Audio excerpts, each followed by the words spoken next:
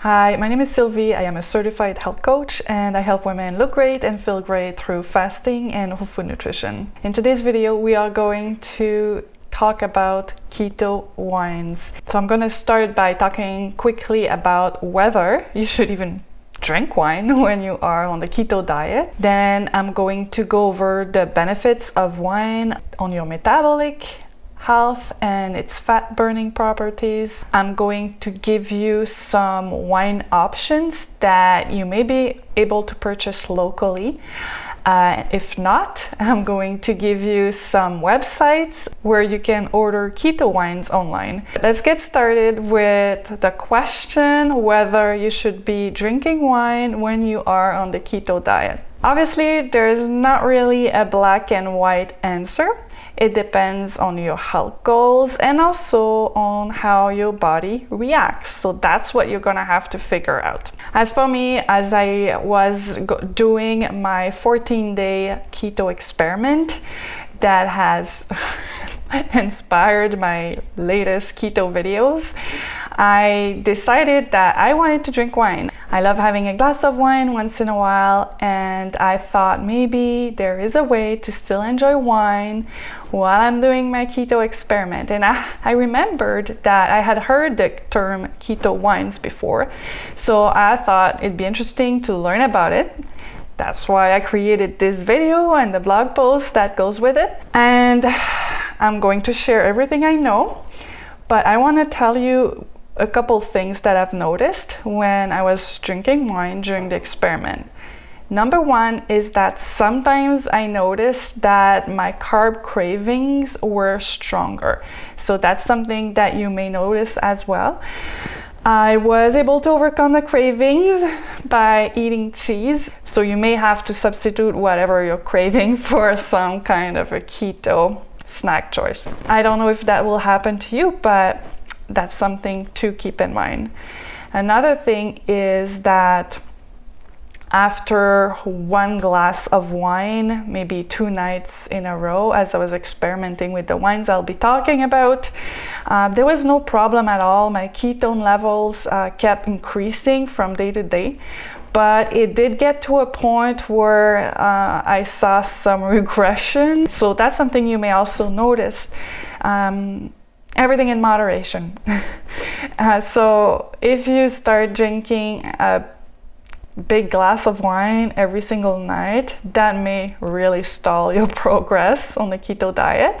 So it's just best to be reasonable and maybe have a glass of wine once in a while, not go crazy and have a glass of wine every single night, okay? And lastly, before we get into the metabolic benefits of red wine, I do want to mention that alcohol is a fuel source in itself. And so when you drink alcohol, no matter what kind of alcohol, even if it has 0 carbs like vodka, your body will stop using your fat cells to produce ketones, and it will use the alcohol that's in your blood first. So no matter what kind of alcohol you're drinking, no matter how many carbs are in your drink, it will impact ketone productions. That's just a fact. But since red wines has so many health benefits and it's very enjoyable for some of us to drink a glass of wine with meals, for example, you may just decide to have your glass of wine anyway. For example, a study found that a glass of wine or 2 a day may lower your risks of metabolic syndrome. The results of this study were presented at the European Society of Cardiology Congress in Vienna, Austria in 2003. And what the researchers found is that there was a U-shaped relationship between the consumption of wine and the risk of metabolic syndrome. So what that means is that people who drink no wine at all and people who drank the most had the highest risk of metabolic syndrome, and people who consumed a moderate amount of wine had the lowest risk. Another possible benefit of moderate consumption of wine is its fat burning properties. And in this case, it's not just red wine, it's also grapes and red grape juice. According to a 2015 study, and by the way, this study also found that wine drinking may help manage obesity and metabolic disorders. There are many plant chemicals that may come into play, but one that was mentioned in the context of the study was ellagic acid. Ellagic acid is present in red grapes, and it may improve fat burning by boosting the metabolism of fatty acids in liver cells. So hey, maybe you found your answer to the French paradox. Okay, so now I want to talk about what makes a wine keto friendly. Since you are allowed only 20 grams of net carbs a day on the keto diet, it is kind of obvious that the number of carbs would be the most important factor to consider. But wine labels don't tell you how many carbs you'll get in your glass of wine. However, you will most likely be able to find out the amount of residual sugars that's in your wine. And it depends from place to place. There's various ways that this appears on labels. But here in Ontario, the information is presented in grams per liter. And after going through many different wines, I found that the lowest number that you will see on a label, on your wine bottle, well, it's actually not on the wine bottle itself, it's usually on the price label when you go at the store and look at your wines, and the lowest number is usually 2 grams per liter of residual sugar. And so all the wines that I am going to show you in this video have 2 grams of residual sugar per liter.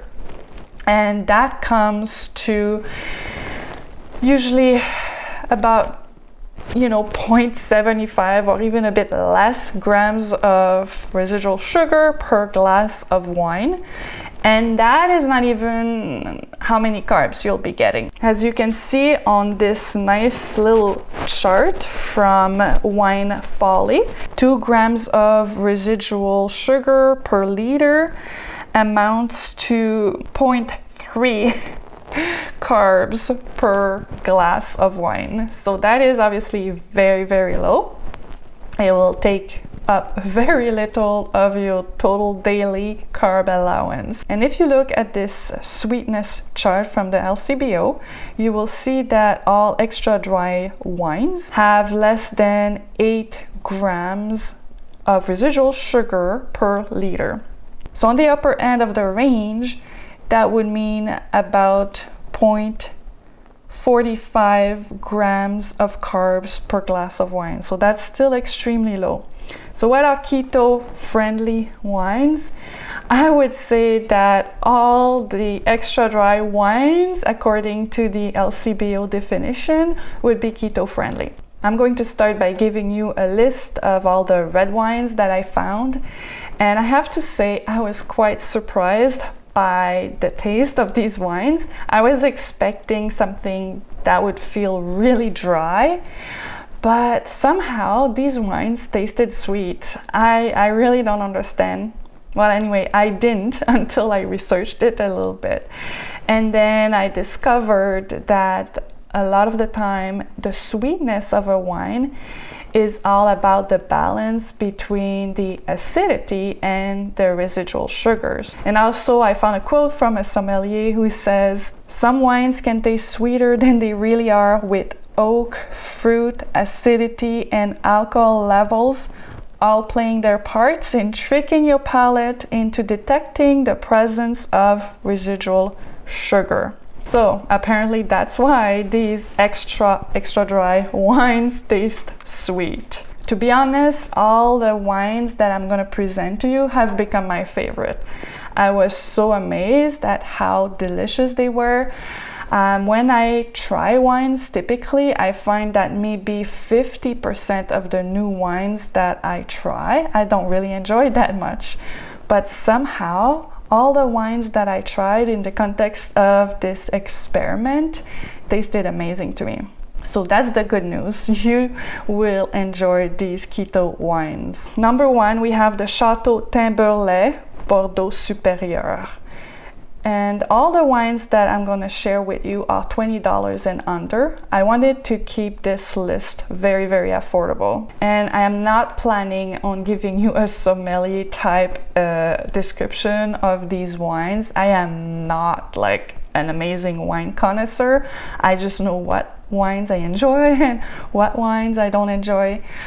But obviously, if you are curious to learn more about any of these wines, you'll be able to look them up. Also, we have the Bourgogne Pinot Noir. Well, actually, this one is $25, a bit more expensive. And then there's the Beaujolais Supérieur, very affordable at $13. As you saw, these 3 wines were from France, but now I'm going to give you 2 Chilean wine options. There's the Terra Vega Carmener at $10 a bottle, and the Paris Cruise is it's a Cabernet Sauvignon, and it costs $15 per bottle. All the wine benefits I gave you, the metabolic health benefits, were for red wine, but I still enjoy white wine once in a while, and I think you may enjoy white wine once in a while as well.